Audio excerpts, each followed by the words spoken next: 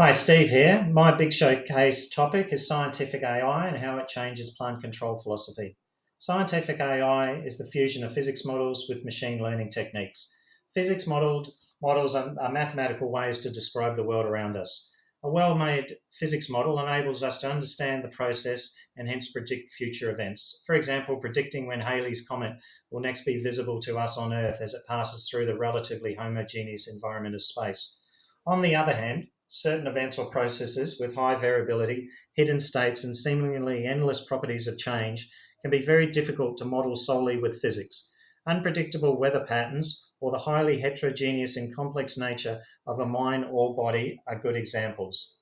If you have limited knowledge about the behavior of a process, then you cannot formulate a physics model to describe it in full and make accurate predictions. However, if you have a lot of data and a lot of example outputs, machine learning models can find and learn such missing behavior to provide key inputs for the physics models themselves, just like physics model outputs are used to provide essential input data to machine learning models. And an example of our stockpile and inventory optimization app is shown here. This input-output approach is the power of scientific AI and why it's so effective for variable ore deposits and complex metal extraction processes that we at IntelliSense deal with every day. As one customer described, their ore deposit is like an underground brewing weather pattern, unknown in large part, potentially changing in its nature as the material is extracted from the mine and delivered to processes in the plant like flotation. This already complex ore body is then fed to multiplex processes in the plant, adding to the complicated unknown, which physics alone cannot predict. A good example is the process of flotation, a three-phase mixture of solids, liquids, and gases moving and interacting on a microscale, but also as one body of material on a macro scale, achieving the basic concept of separating hydrophilic particles from hydrophobic particles is no easy feat. You want the valuable particles attaching to air bubbles while unwanted particles attach themselves to the water itself. Control of the flotation process is essential.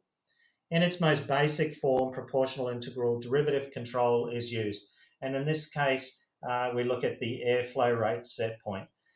In this case, for PID control, the operator cannot make no adjustments to the set point as the alarm limit's already being hit. Next, stabilizing control can be introduced where the control loops are tuned to reduce the variability and the alarms. In this case here, the operator can now increase or decrease the set point within limits to best suit the conditions based on instrument outputs, experience, operational knowledge, best practice. Advanced control, MPC and expert systems are examples. In this case here, the operator can allow the system itself to continually find the best set point for the fixed instrument and for the standard unit process. Advanced process control solutions focus on modeling an individual unit process, whereas our scientific AI interconnects processes upstream and downstream with our material model, plus looks at controlling the process through hidden states.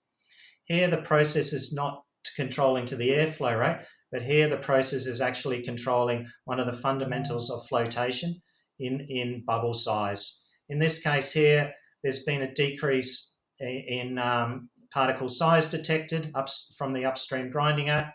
This means a lot more bubble surface area is required to float those particles. Then the system detects there's been a decrease in the particle size distribution, meaning there's insufficient buoyancy to recover the particles. Hence, the optimizer increases the bubble size by various methods. You see the grade of the material has now increased. When the grade has higher grades, mean there's more valuable material to be recovered, requiring more and more fine bubbles. This is real-time optimized air bubble size set point. It's continually tracking between new limits. Material tracking and influence models are inputs, and flotation chemistry is input. Metallurgists can now optimize every process, every hour, every minute, knowing the future feed material and optimize hidden state fundamental operating parameters with virtual sensors.